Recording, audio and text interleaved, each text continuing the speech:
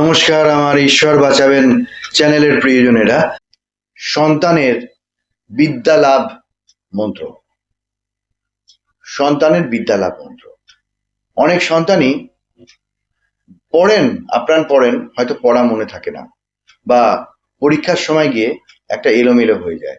সেই জন্যে এই মন্ত্রটা তার মা করতে পারেন, বাবা করতে পারেন, এবং এই মন্ত্রটা সেই সন্তান নিজেও পড়ার ঘরে পড়ার সময় করে নিতে পারেন, এবং পরীক্ষার সময় করলে একদম এই ভুল ভ্রান্তিটা হবে না, টেনশনও হবে না, খুব সুন্দর পরীক্ষা হবে এবং ভালো রেজাল্ট হবে।